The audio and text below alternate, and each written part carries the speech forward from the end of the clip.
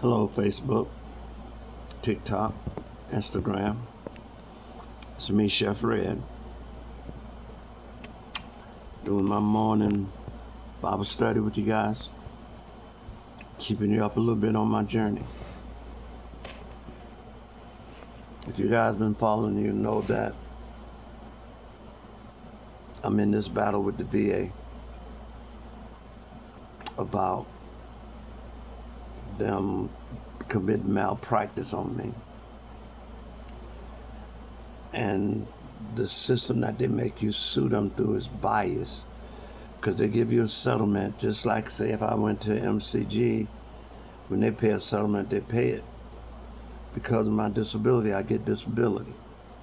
Well, with the VA, when they paid the settlement, and they did, but now they're taking it back out of my disability payments and not giving me anything. So they are not taking any responsibility, because if they're giving themselves the money back out of my disability, which they pay me because they made me disabled, then they're not holding themselves accountable. But they count it as an overpayment. Say that the disability and the settlement is the same thing. It's not the same thing. The disability is because you made me disabled. The settlement is because you messed me up. I want to say something else, but I'm trying to keep it cool. And everything they did set me in PTS mode. I'm a 200% disabled veteran now. I have to get around in my wheelchair. My equilibrium is gone. And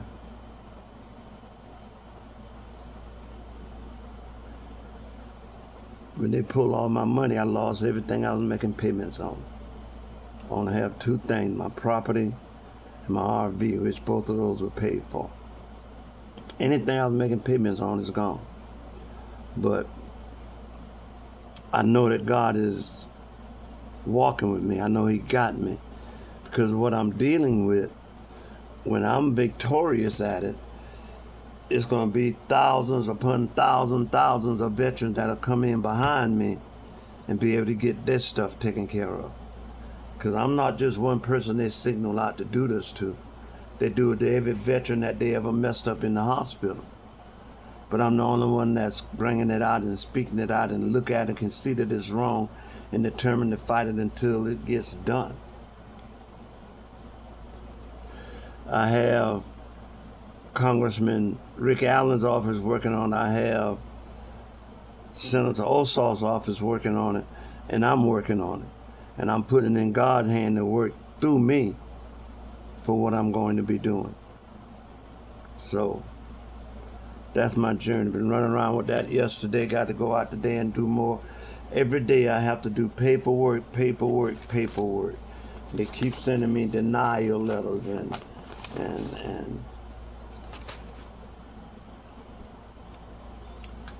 they do things like, when I had to go to the hospital, they picked me up down there on Old Savannah Road and took me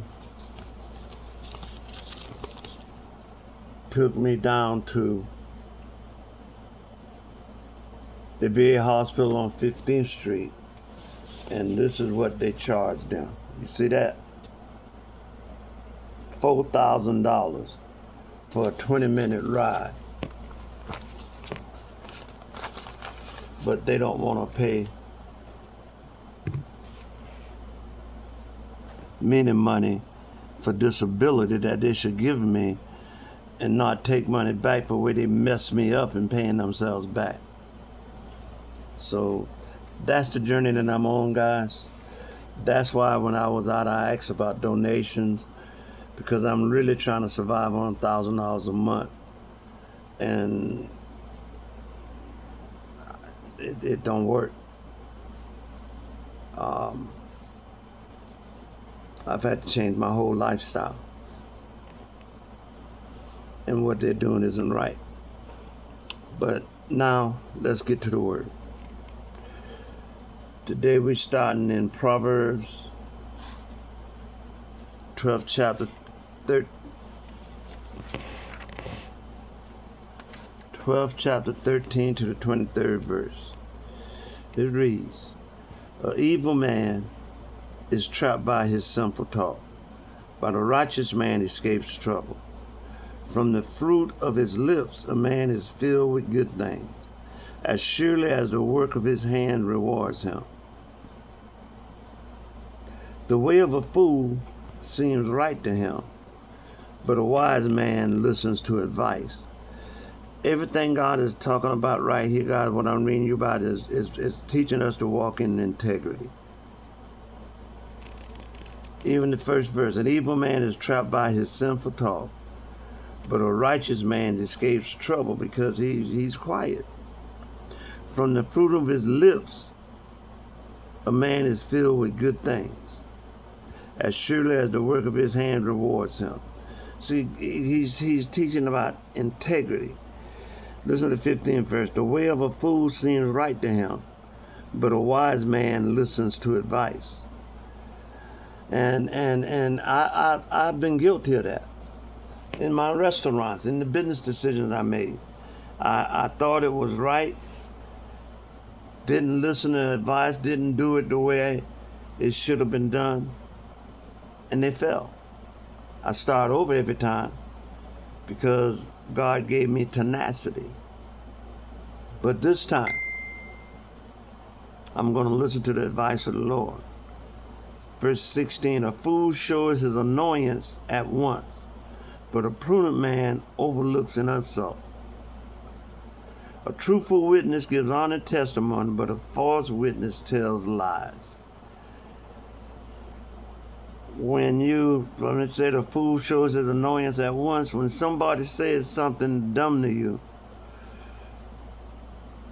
when you're not thinking prudently, first thing you do is you back. And now y'all in this big back and forth, whether it's a physical argument, whether it's with family, whether it's with whoever. But a prudent man, a wise man, will overlook some of them insults to keep from getting in that dumb stuff, because you know what you is or what you're not.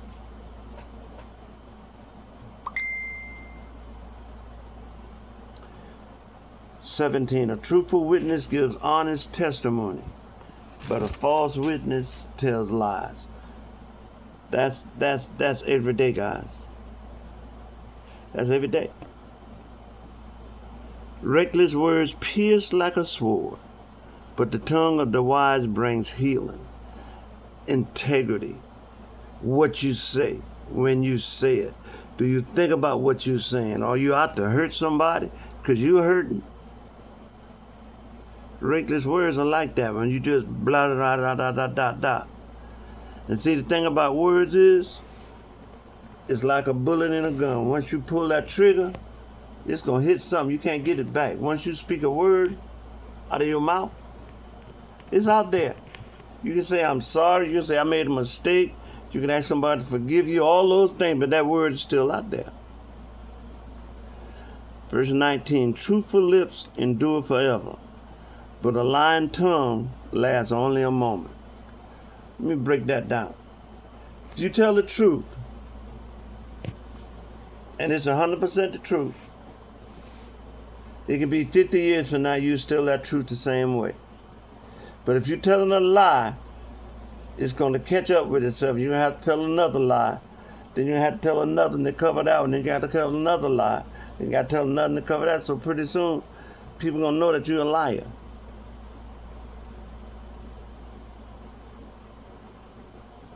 Verse 20, "There's deceit in the hearts of those who plot evil, but joy for those who promise peace. No harm befalls the righteous, but the wicked have their fill of trouble." Understand that that's not saying that there's things not going to come, but they're not going to harm you. And they're going to come through no fault of your own. When they come to you like that, you know that that's the enemy, and he's trying to shake up your faith, and all you have to do is just stand firm. Stand firm. 22, "The Lord detests lying lips, but he delights in men who are truthful. A prudent man keeps his knowledge to himself, but the heart of fool blurts out folly." when you really walking with God, you will be careful about what you say, because it'll make a difference. And when you walking with God and things come, you got to learn how to wait on God. See, we get impatient with doing right and not seeing. Listen to this. This is Psalms 27.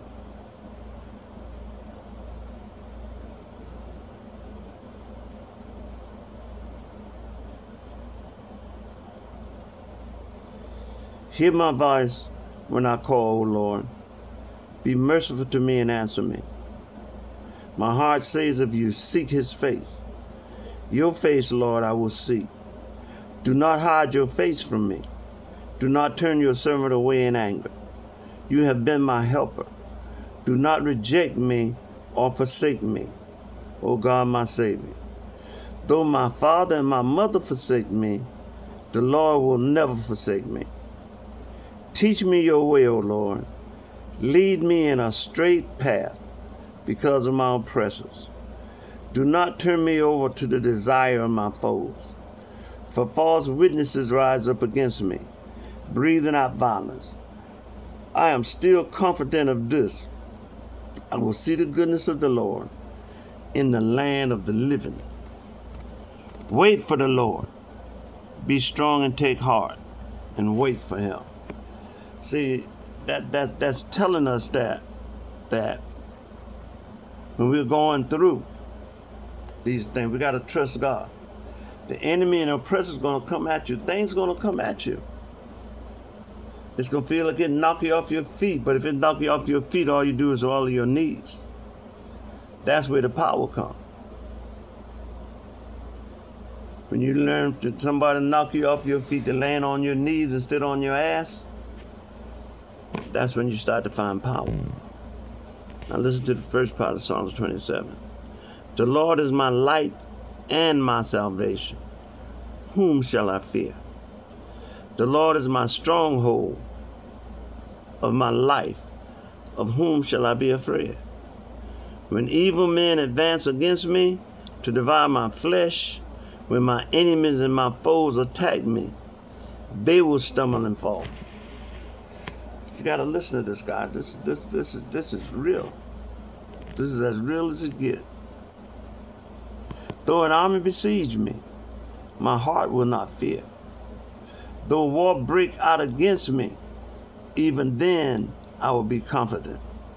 One thing I ask of the Lord, this is what I seek, that I may dwell in the house of the Lord all the days of my life, to gaze upon the beauty of the Lord, and to seek him in his temple. For in the day of trouble, he will keep me safe in his dwelling. He will hide me in the shelter of his tabernacle, and set me upon a high wall. Then my head will be exalted above the enemies who surround me. At his tabernacle will I sacrifice with shouts. God, this word this morning is telling you to walk in integrity and wait on the Lord. Though it might look like it's not going to happen, though it may feel like you've been waiting forever, you got to understand God is moving in his perfect time in your life as he line you up for your blessings, which a lot of times is tied into other people. And sometimes they are not ready. But God, in his perfect way, in his perfect wisdom, allows us to go through things that strengthen us and makes us stronger.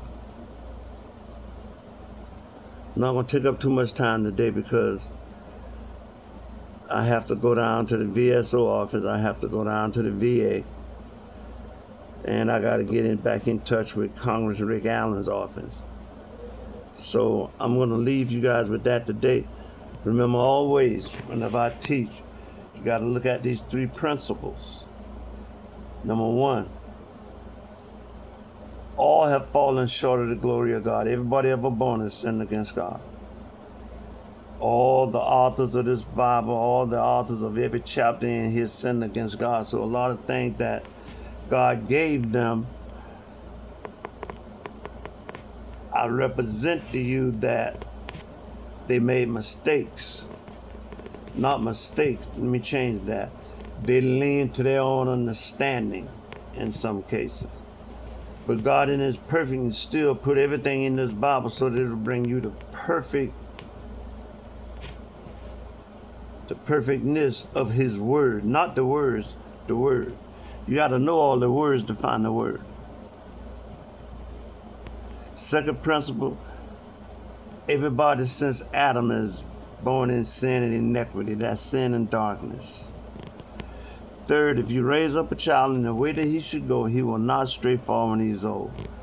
We have all been raised up by our ancestors who were raised up by their ancestors.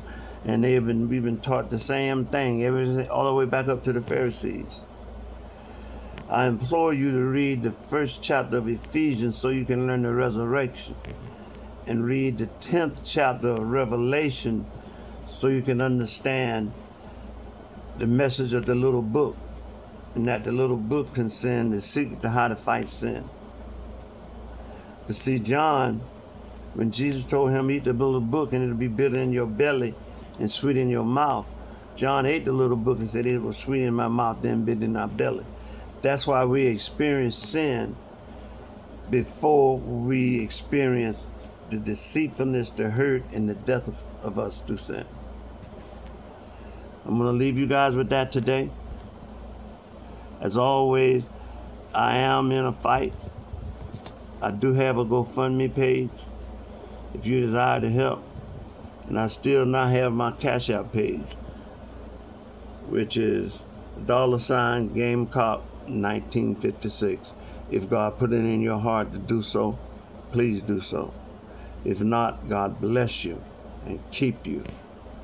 Y'all have a blessed, beautiful day.